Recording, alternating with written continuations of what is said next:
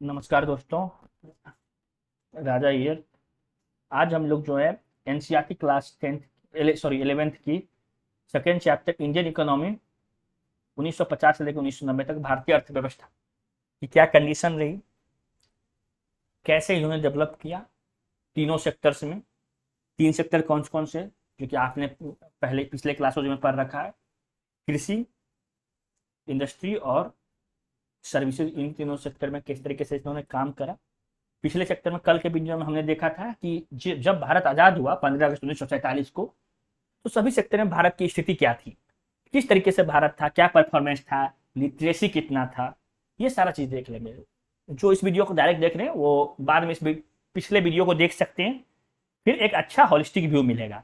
तो अब यहाँ पे देखिए कि इस चैप्टर को पढ़ने के बाद जो एनसीईआरटी के जो लिखने वाले हैं उन्होंने क्या, आपको जो 5 ईयर प्लान था उसका क्या गोल है, ये सब उसका इंडस्ट्री का परफॉर्मेंस कैसा रहा पहले 40 साल में, क्योंकि 40 साल कंट्रोल एंड कमांड इकोनॉमी था, रेगुलेटेड इकोनॉमी था, तो उसका क्या इम्पैक्ट पड़ रहा है, क्या उसमें खामियां रही, क्या उसके चैलेंजेस रहे और क्या उसकी उपलब्धियां रही, कितना हमने पाया, कितना हमने एम किया था, ये सारा चीज हम लोग देखेंगे। ठीक है, चलिए आते हैं सबसे पहले। यहाँ पे देखिए जो ये चैप्टर स्टार्ट हो रहा है उसमें एक कुछ दिया हुआ है, काफी इंपॉर्टेंट। इसको आप लोग मेंस के लिख सकते हैं, मेंस के आंसर राइटिंग में लिख सकते हैं आप लोग। The central objective of planning in India is to initiate a process of development which will raise the standard of living. The aim was to initiate a process of development which will initiate. इस process of development को हम लोग को start करना है जो कि लोगों के रहने का जो स्टैंडर्ड, लिविंग स्टैंडर्ड, उसको बढ़ाएगा और लोगों के लिए नए अवसर प्रदान करेगा। ठीक है, for richer and varied life. ठीक है, तो इस लाइन से ही आपको बहुत कुछ पता चल रहा होगा अगर आप सोचेंगे कि क्या क्या कि मतलब लोगों के लिए, मतलब कैसा डेवलपमेंट मॉडल होना चाहिए, पीपल सेंट्रिक में सिटीजन पर को देना पड़ेगा। ठीक है, सभी लोगों के लिए, मतलब democratize, no one should left behind.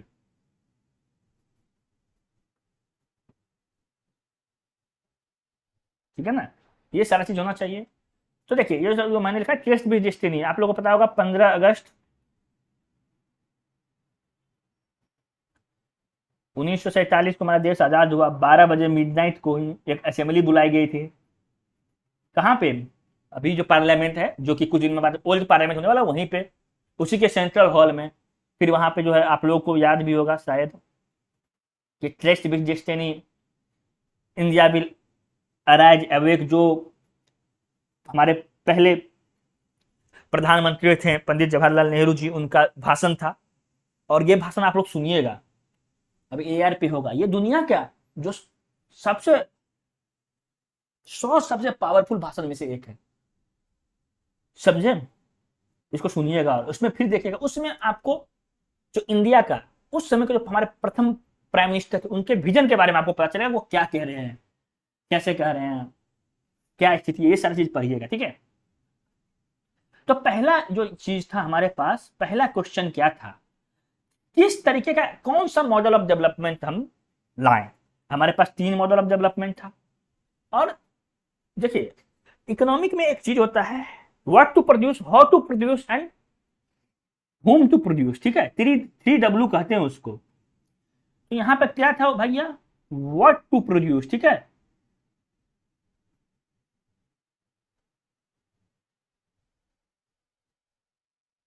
How to produce and for home.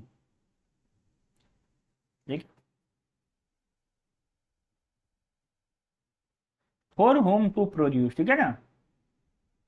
What to produce मतलब क्या प्रोड्यूस करेंगे हम, कैसे करेंगे, क्या टेक्नोलॉजी होगा, क्या सिस्टम होगा और किसके लिए प्रोड्यूस करेंगे। ये 3 चीज थी हमारे पास। उस समय के जो संविधान सभा थी, सरकार थी, मंत्रिमंडल था, इंडस्ट्रीज था, सबके पास कि हम कैसे, मतलब आजादी तो हमको मिल गई लेकिन कौन सा रास्ता हम चुनेंगे। ठीक है, हमारे पास तीनों ये था, लेकिन जो सोशलिज्म था वो जवाहरलाल नेहरू जी को सबसे ज्यादा पसंद था। ठीक है, पसंद नहीं था मगर सबसे ज्यादा अपील किया। क्यों अपील किया, इसके पीछे कारण है। क्योंकि इसके पीछे अपील क्यों किया, क्योंकि हमने पिछले लेक्चर में देखा है कि उस समय देश गरीबी के दौर में था। ऐसा एक कहावत कहा जाता है कि जब भारत आजाद किया तो हमारे पास हम सुई भी नहीं बनाते थे। ठीक है, उसके बाद जो हमारा लिटरेसी कितना था, 17%। ठीक है, एक व्यक्ति 38 साल तक, इससे भी कम 34 साल के आसपास जिंदा रहता था। तो ये सारी चीजें थी, ये सारी समस्याएं थी न्यू बॉर्न नेशन के पास। ठीक है, एक आर्टिकल भी है, challenges before new born nation, तो ये आप लोग पढ़ सकते हैं उस समय का परिप्रेक्ष्य जानने के लिए। क्योंकि उस तरह का परिप्रेक्ष्य अगर आपको नहीं पता होगा, तब आप अभी क्या है इंडिया, आप कैसे हुआ क्या हुआ, फिर आप इस चीजों को इम्ब्रेस नहीं कर पाएंगे। ठीक है, जो कहा था India is a vibrant democracy, is a vibrant country, ये इन सारी चीजों को, इस डिबेट को आप अच्छे से नहीं कर पाएंगे। प्री में इसका जरूरी नहीं है। ठीक है, लेकिन मेंस में इन सब चीजों की काफी जरूरत पड़ती है। ठीक है, यह बस दिया है कि Nehru ji and other leaders and thinkers of new independent India sought an alternative to capitalism and socialism। ठीक है, तो ये लोग देखिए, तीन तरह का इकोनॉमिक सिस्टम होता है। ठीक है, तो मान लीजिए ये है, यहाँ पे जो आता है, तो यहाँ पे मान लीजिए कैपिटलिज्म मान लीजिए, यहाँ पे सोशलिज्म मान लीजिए। लेकिन दोनों एक्सट्रीम पे नहीं जाना था। ठीक है, कि सोशलिज्म का जो एक्सट्रीम पे हम जाएंगे तो कम्युनिज्म हो जाएगा, इधर जाएंगे तो पूरा ये हो जाएगा कम्युनिज्म। तो उन्होंने बीच में का एक रास्ता चुना, दोनों को मिक्स करके। ठीक है, मिड पाथ। मिड पाथ कौन दिया था, किसका है, बीपीएससी का काफी फेवरेट क्वेश्चन है। और जो है गरिमाई बिहार की धरती पर ही उनको ज्ञान की प्राप्ति हुई थी। मिड पाथ, मिडल पाथ किसका है, बुद्धा। तो वैसे उन्हीं का फिलोसफी के लिए उन्होंने मिडल पाथ लिया कि मिक्स इकोनॉमी होगा, जहां पे कि प्राइवेट सेक्टर भी होगा, गवर्नमेंट सेक्टर भी होगा, कुछ सेक्टर गवर्नमेंट के रिजर्व होगा, कुछ उनके लिए रिजर्व होगा। ठीक है, अब ये सारा चीज तो चूज तो कर लिए, लेकिन अब ऐसा थोड़ी चूज करे अपने आप हो जाएगा। फिर उसके लिए क्या हमारे पास इंस्टीट्यूशनल मैकेनिज्म चाहिए।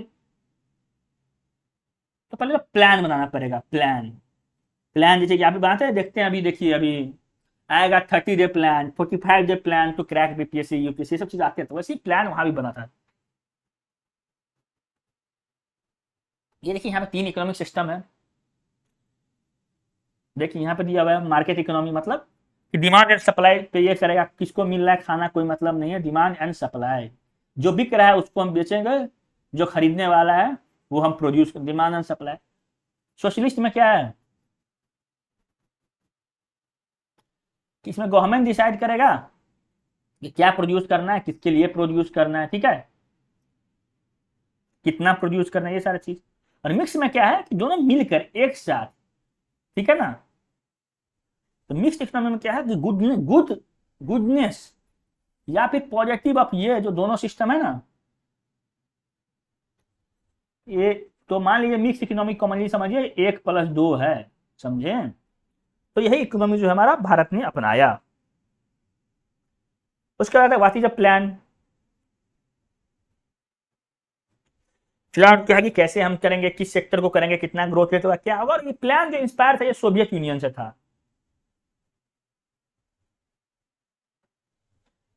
आप लोग चलिए, सोवियत यूनियन मैंने बोला है, तो इसमें क्या था, कोल्ड वार क्या था, fall of Berlin war, this integration of Soviet union, ये चीज आप लोग थोड़ा पढ़ लीजिएगा। तो पहला क्या है, आईपीआर आया, इंडस्ट्रियल पॉलिसी रेजोल्यूशन 1948 में।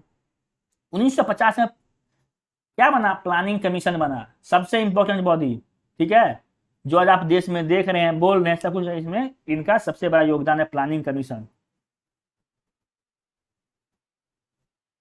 योजना आयोग कहते हैं इसको। ठीक है,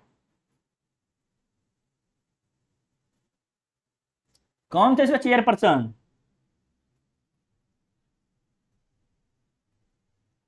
जो प्राइम मिनिस्टर होता है, पीएम, वही इसका एक्स ऑफिशियो चेयरपर्सन होते हैं। ठीक है,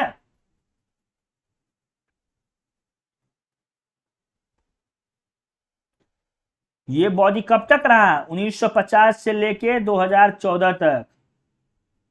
ठीक है, रहा वैसे 2015 तक, 2014 के फांसी 2015 में इसको रिप्लेस कर दिया गया एक नया बॉडी के साथ। क्या नाम है उसका? बताइए।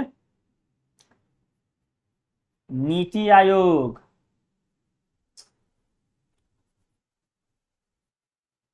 योजना आयोग का नाम चेंज कर दिया नीति आयोग। ठीक है। इसके भी एक्स ऑफिशियो चेयरपर्सन कौन होते हैं? प्राइम मिनिस्टर ही होते हैं। उसके अलावा क्या होता है इसमें? वाइस चेयरमैन होता है जी। और क्या होता है? सीईओ होता है। याद रखिएगा, वाइस चेयरमैन और सीईओ कौन है? न्यू अपॉइंटी है, तो पूछा जा सकता है। ठीक है।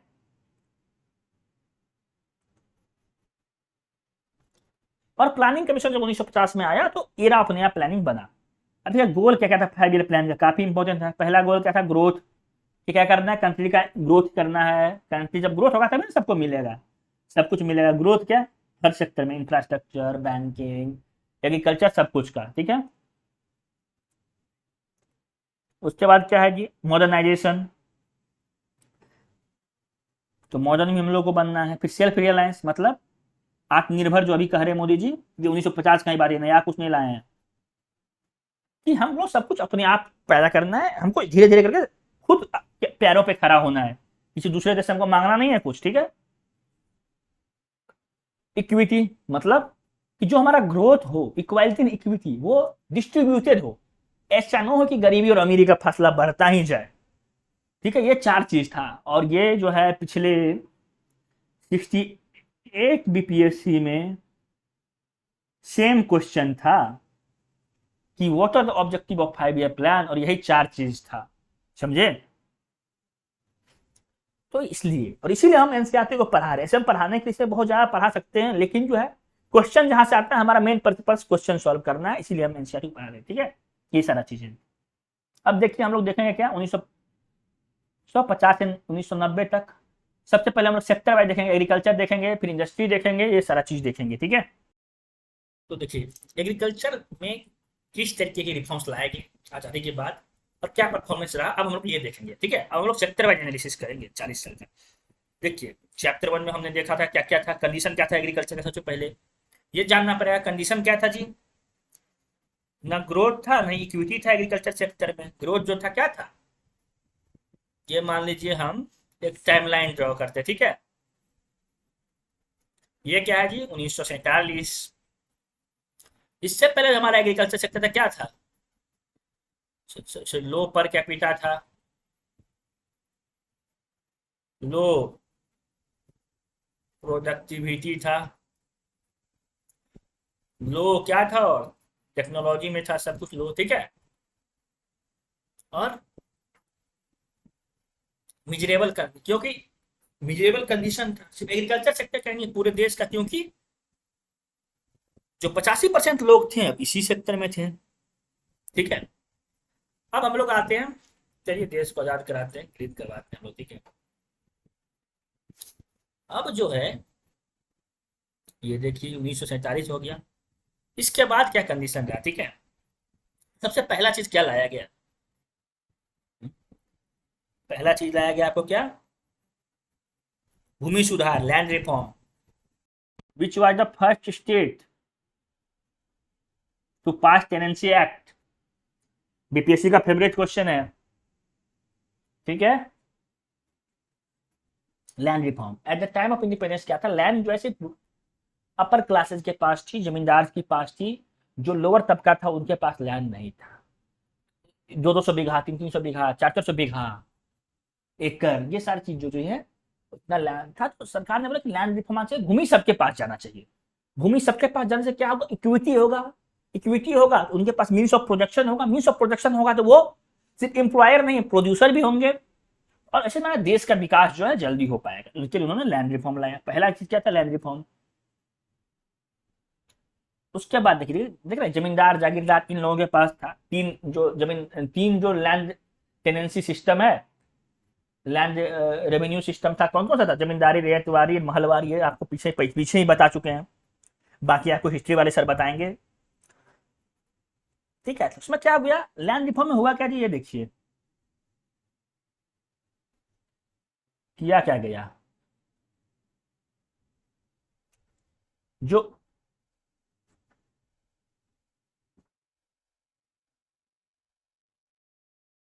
साइज ऑफ होल्डिंग को क्या कर दिया गया जी?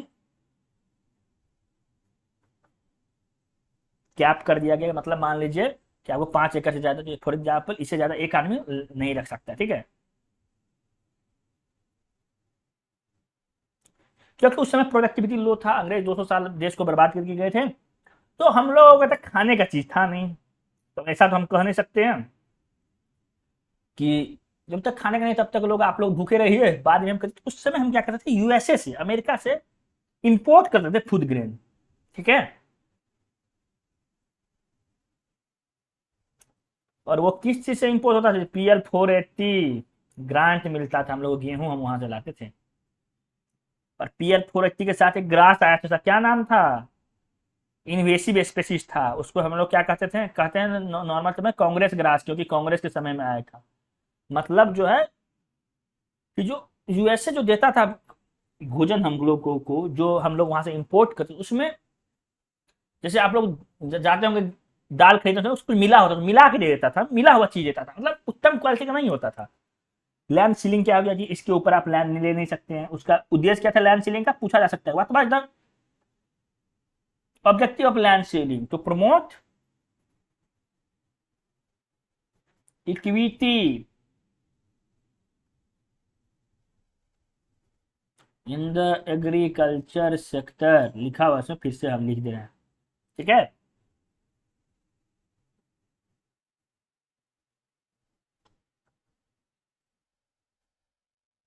और बीच में इंटरमीडिएट जमींदार को एक करा दिया गया, तो 200 लाख टेनेंट को जमींदारी राइट मिला, ठीक है। इसका चैलेंजेस है कि हर स्टेट में, क्योंकि ये जो है अच्छे से इंप्लीमेंट नहीं हो पाया। कौन से 2 स्टेट में सबसे अच्छे से हुआ जी? तो जो सबसे अच्छे से हुआ कौन सा स्टेट में? पश्चिम बंगाल और केरल। इसीलिए देखते होंगे इस दोनों जो है किसान सबसे ज्यादा समृद्ध है, ठीक है। मैक्सिमम लोगों के पास लैंड होल्डिंग है सबसे। और उसके बाद एक और स्टेट है हिमाचल प्रदेश, यहाँ पे भी बहुत अच्छे से लैंड रिफॉर्म हुआ। उसके बाद जो है सबसे कम कहाँ पे हुआ? उसी एरिया में हुआ जहां पे बाद में ग्रीन रेवोल्यूशन लाया गया, हरित क्रांति। पंजाब, हरियाणा, समझे? यूपी, इन सारी जगह पे होगा,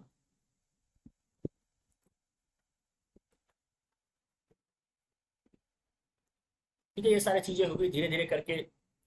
बहुत सारे इकोनॉमिस्ट आए, एग्रीकल्चरिस्ट आए। उस समय के जो टॉप टॉप एग्रीकल्चरिस्ट थे वो लोग प्लानिंग में आए, और उनसे काफी लोगों को नोबेल प्राइज भी मिला। वो लोग आके महालनोबिस साहब थे, उनके बारे में देखिए, यहाँ पे केस स्टडी दिया हुआ है कि the architect of Indian planning. इन्होंने ही जो डेटा सिस्टम है पूरा, NSO, NSSO, Indian statistical institute, ISI, ये सारा जगह पे जो है वो इन्होंने किया।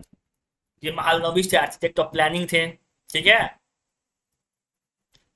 और डैम प्लानिंग के कौन थे, इंजीनियर कौन थे? सर विश्वेश्वरैया। ये सारी चीज आप लोग थोड़ा सा पता होना चाहिए। उसके बाद क्या हुआ जी? लैंड रिफॉर्म, ये सारा चीज हुआ। देखे केरल और वेस्ट बंगाल सबसे अच्छा से इसको ये किया, ये दिया हुआ यहाँ। उसके बाद क्या हुआ? धीरे धीरे करके सारे स्टेट में तो हुआ नहीं, हमारे पास एक थोड़ा सा फूड क्राइसिस है, देखा काल पर। उसके बाद ग्रीन रिवोल्यूशन आया, ठीक है। ग्रीन रिवोल्यूशन कब आया? जो ग्रीन रिवोल्यूशन का जो ब्लू प्रिंट है, ऐसा कुछ लाना है, ऐसा कुछ करना है, ये बहुत पहले से चल रहा था। मतलब ऐसा कुछ लाना है, लेकिन पहले हम एक स्टेज पे कम्युनिकेट काम कर रहे हैं। ये जो फाइनली जो फॉर्मुलाइज हुआ, ये हुआ कब? पंडित जवाहरलाल नेहरू की मृत्यु के बाद। कौन बने थे सेकेंड प्राइम मिनिस्टर, जो कि फर्स्ट रेल मिनिस्टर थे? याद कीजिए, लाल बहादुर शास्त्री जी। फिर उन्होंने नारा दिया था जय जवान जय किसान, मतलब जवान देश की सुरक्षा के लिए और किसान जो है देश के आंतरिक सुरक्षा के लिए, फूड सिक्योरिटी के लिए बहुत इंपॉर्टेंट है। ग्रीन रेवोल्यूशन में 3 टेक्नोलॉजी आया, हम सारे देशों से लाए, कुछ ही एरिया में इसको लाया गया। उसमें हाई यील्डिंग वैरायटी लाए। बोले कि अगर नॉर्मल कन्वेंशनल तरीके से खेती करेंगे तो हम सबको खिला ही नहीं पाएंगे, क्योंकि पॉपुलेशन भी बढ़ रहा था। क्योंकि हेल्थ सिस्टम भी अच्छा हो रहा था। तो हाई यील्डिंग वैरायटी लाए, मतलब कि मंजा ज्यादा हो एक क्षेत्र से। मान लीजिए पहले अगर मान लीजिए कोई धान हम देते थे, तो अगर मान लीजिए एक एकड़ में वो 100 क्विंटल होता था, अब ऐसा ना कि एक ही एकड़ में 200 क्विंटल हो, क्योंकि एरिया अंडर कल्टीवेशन बढ़ाना मुश्किल काम है। वो जब आप देखेंगे तो 1950 से लेकर अभी तक बहुत ज्यादा बढ़ा नहीं एरिया अंडर कल्टीवेशन। ठीक है। उसके साथ क्या था भैया, आप देखिए HYB सीड था, ठीक है। देसी सीड में तो थोड़ा सा कम बारिश भी हो जाए, कुछ कीड़ा भी लग जाए, चल जाएगा, चल कहते देसी का इम्यूनिटी होता है। अच्छा, इसके साथ अब क्या देना पड़ेगा भाई? खाद, केमिकल फर्टिलाइजर। क्या होता है खाद? यूरिया, DAP, ये सारा चीज। उसके बाद क्या? कीड़ा भी लगेगा, क्योंकि ये तो उसके लिए क्या? कीटनाशक दवाई, पेस्टिसाइड। मीराकुलम का नाम सुना है आप लोग? जो लोग किसानी करते हैं उनको पता होगा। ठीक है। पहला फेज ऑफ ग्रीन रेवोल्यूशन कब से कब तक था? 1960 से 1970 तक था, ठीक है। और ये मोस्ट एफ्लुएंट स्टेट, क्योंकि देखिए अब ये सीड आया, ये आया, मशीनरी आया, ट्रैक्टर आया, इन सब चीजों के लिए लगाने के लिए जो है सरकार तो सब्सिडी देगी ही, लेकिन कुछ ऐसे भी किसान चाहिए ना जिनके पास पहले से कुछ जमा पूंजी हो, पैसा हो। गरीब राज कौन कौन सा था उस समय? बिहार हो गया, उत्तर प्रदेश, ये सारे, उत्तर प्रदेश मतलब पूर्वी उत्तर प्रदेश, ठीक है, और उड़ीसा, इन सारे जगहों पे नहीं लाया गया, क्योंकि वहां पे जो है ना, इसको कार्ल मार्क्स कहते हैं प्रिमिटिव एक्यूमुलेशन, मतलब पहले से जमानत पूंजी जो चाहिए आपको और इन्वेस्ट करने के लिए, तो वो इन्हीं एरिया में लाएगा। मोस्ट एफ्लुएंट स्टेट मतलब क्या? जो स्टेट पहले से थोड़ा समृद्ध था, वहां पे लाया गया। ठीक है। यही एक क्रिटिसिज्म है ग्रीन रेवोल्यूशन का। ठीक है। और ये कहाँ लाया गया? पहले बीट ग्रोइंग एरिया, जो पंजाब हरियाणा है, जो आपको पता होगा, वो बीट ग्रोइंग एरिया था। लेकिन जो है, अब ये क्या, 50 अब ना मेजरली राइस ग्रोइंग एरिया हो गया है। यहाँ पे वर्षा बहुत ज्यादा नहीं होती है, लेकिन अब जो ग्राउंड वाटर के एक्सट्रैक्शन कर करके अभी राइस ग्रोइंग होने वाला है। पूरा डेमोग्राफी चेंज हो गया है। पंजाब एग्रीकल्चर यूनिवर्सिटी PAU के एक प्रोफेसर का पेपर उन्होंने दिखाया कि कैसे, मतलब 40 साल में चेंज हो गया पूरा, मतलब जो वीट प्रोड्यूसिंग स्टेट था वो राइस प्रोड्यूसिंग स्टेट हो गया। ठीक है।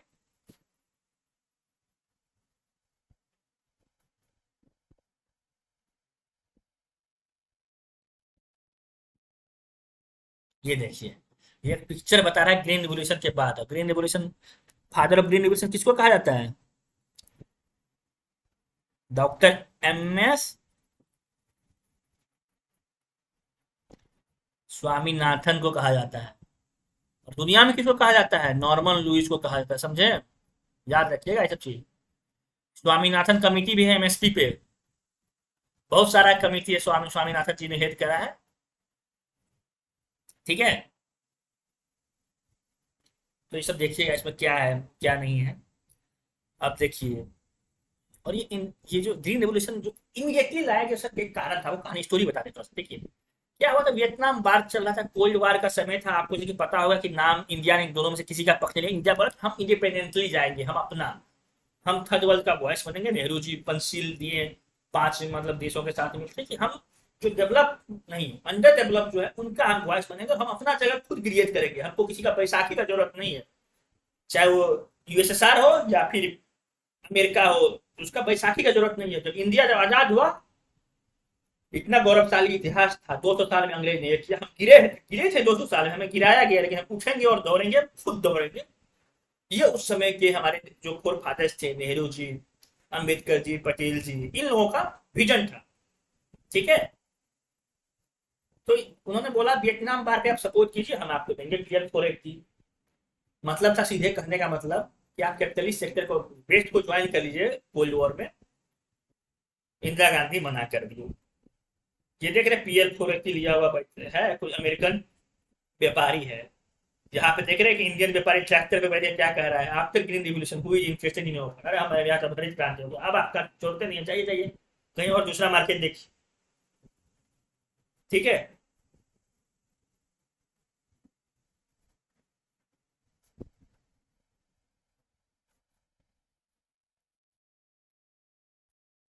और देखिए क्या HYB जो मैंने बताया पहले कि ये क्रॉप हो जाता था।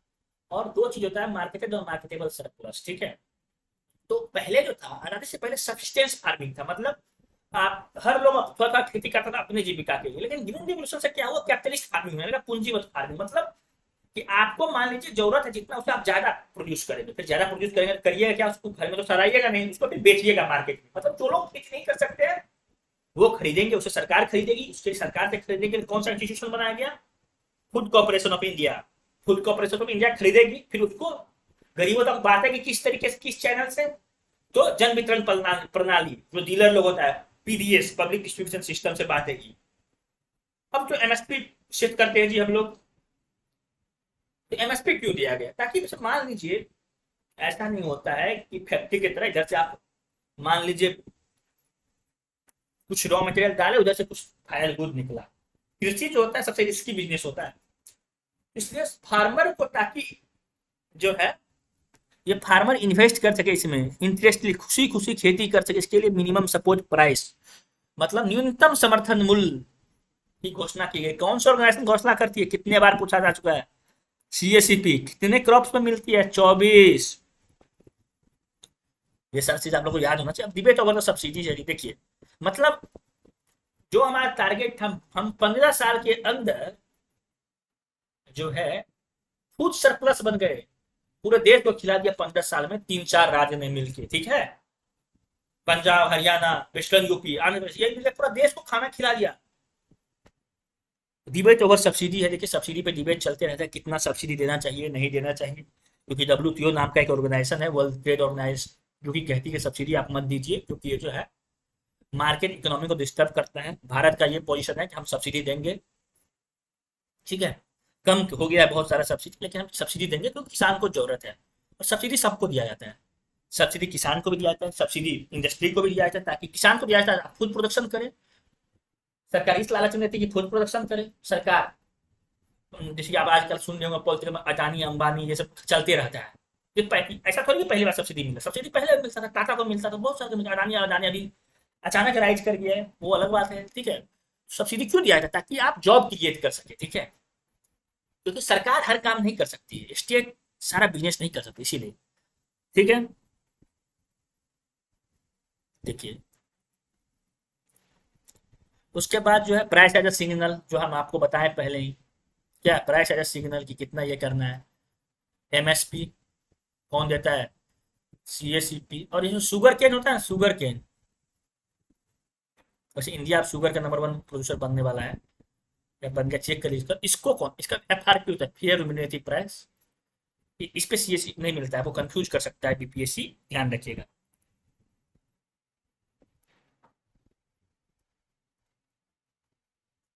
उसका इंडस्ट्री एंड ट्रेड देखते हैं जी, ठीक है, इंडस्ट्री एंड ट्रेड देखते हैं, इंडस्ट्री में कैसे था। इंडस्ट्री जो था, इंडस्ट्री लेड था, ये पब्लिक लेड डेवलपमेंट था, पीएसयू था, पब्लिक सेक्टर अंडरटेकिंग था, जैसे कि गेल, सेल, वेल, बहुत सारी कंपनी बनी। कैपिटल गुड में जो है सरकार खुद आए, क्योंकि क्या आपने देखा था पिछले चैप्टर में कि ब्रिटिश ने कोई कैपिटल गुड इंडस्ट्री नहीं बनाई, और जो कंज्यूमर गुड था उसके लिए मतलब प्राइवेट कंपनी को देने लगा, ठीक है।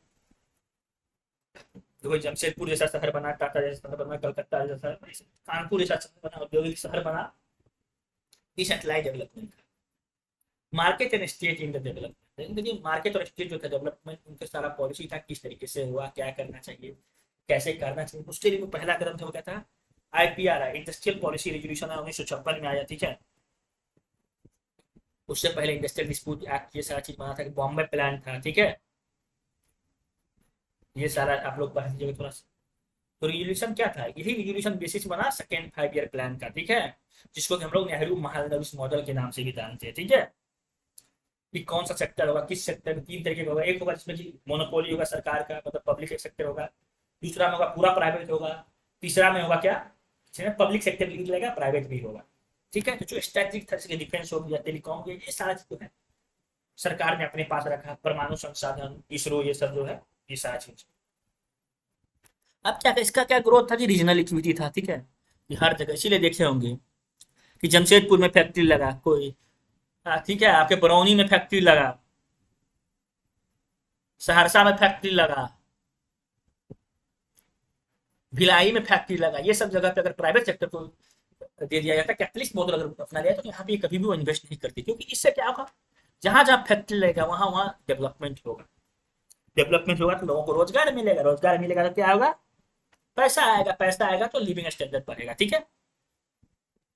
स्मॉल स्केल इंडस्ट्री भी था, क्योंकि इस स्मॉल स्केल इंडस्ट्री के लिए भी चीज दिया गया, रूरल डेवलपमेंट किया गया, कम्युनिटी प्लानिंग किया गया, ये सारा चीज किया गया स्मॉल डेवलप इंडस्ट्री के लिए इन्वेस्ट किया गया, क्योंकि ये काफी बढ़िया था। और जो हम लोग ट्रेड पॉलिसी लाए, इम्पोर्ट सब्स्टिट्यूशन था, मतलब ये इनवाइड लुकिंग कह सकते हैं इसको। इसमें कह रहा था हम इम्पोर्ट जो कर सकते हैं चीज उसको हम सब्स्टिट्यूट करेंगे, मतलब जो चीज हम विदेश से लेते हैं ना, जो हम नहीं प्रोड्यूस, हम खुद प्रोड्यूस करने के लिए सक्षम बनेंगे, ठीक है। कोटा लगाया गया, टैरिफ लगाया गया कि आप इतना ये ला सकते हैं, इतना ये लगा सकते हैं। LPQ था, लाइसेंस परमिट कोटा था कि अब क्या प्रोड्यूस करना है उसके लिए लाइसेंस लेना पड़ेगा, परमिट लेना पड़ेगा।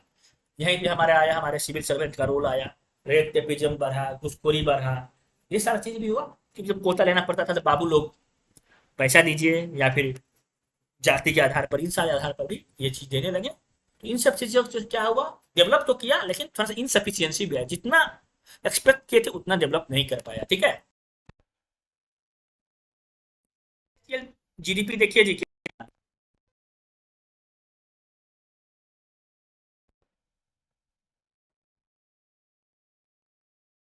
अगर कोई नेहरूवियन मॉडल को का जो फेलियर कहता है तो उसको बस ये एनसीईआरटी पढ़ना चाहिए साहब, ठीक है।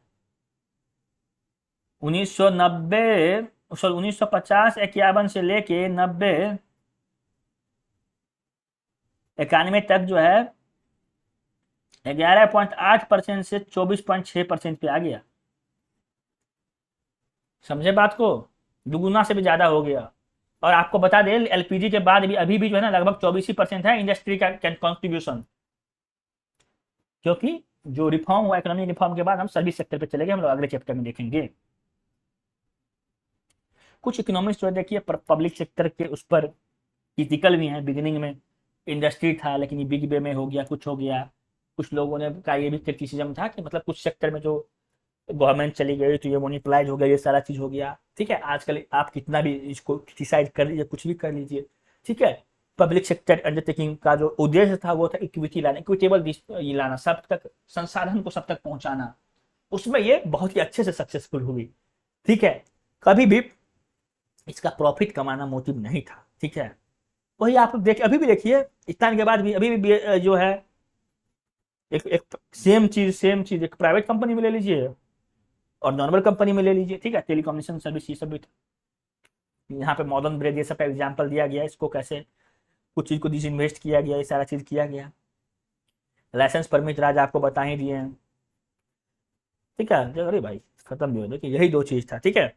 अब आप बोलिएगा सर आप तो बोले थे कि सर्विस सेक्टर के बारे में पढ़ाएंगे, लेकिन सर्विस सेक्टर बहुत ज्यादा प्रोमिनेंट था, उतना नहीं था, ठीक है।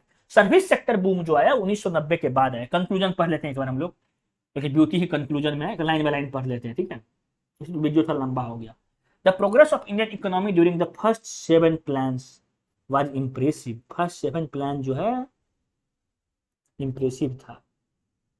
India look toward self sufficiency, आत्मनिर्भर होने की तरफ देखा, और ये आत्मनिर्भर हुआ भी फूड ग्रेन्स में, थैंक्स टू कौन से पॉलिसी को, ग्रीन रिवोल्यूशन की पॉलिसी को, ठीक है। लैंड रिफॉर्म ये सब लाया गया लेकिन ये अच्छे तरीके से नहीं हो पाया। पब्लिक सेक्टर ने एक गति दी, ठीक है। जो मोटा सा मतलब क्या बड़ा सा पत्थर जो रुका हुआ था उसको पब्लिक सेक्टर ने खींचा और उसको गति दी, ठीक है। उसका नीड फॉर रिफॉर्म है, समय बदलता गया, मार्केट बदलता गया, वर्ल्ड इकोनॉमी बदलता गया। 1991 में फिर वो फाइनली वो दिन आया जब एक दूसरा उदय हुआ और इकोनॉमी को जो भी चैलेंजेस था उसको ये सब लेके 1991 में रिफॉर्म हुआ, इकोनॉमिक रिफॉर्म, LPG रिफॉर्म हुआ, ठीक है। इसके बारे में हम लोग कल बात करेंगे, ठीक है। तब तक धन्यवाद। अगर आप लोगों को ये अच्छा लगा हो या कुछ समझ में नहीं आया होगा, आपको लोगों को लगता है कि हम किस तरीके से इसको इम्प्रूव कर सकते हैं, तो आप लोग जो है कमेंट सेक्शन में लिखिए या फिर हम लोगों को मेल कीजिए ताकि बताइए, ठीक है। फिर कल जो है हम लोग ये चैप्टर पढ़ेंगे, इकोनॉमिक रिफॉर्म सिंस 1991। तब तक के लिए थैंक यू सो मच।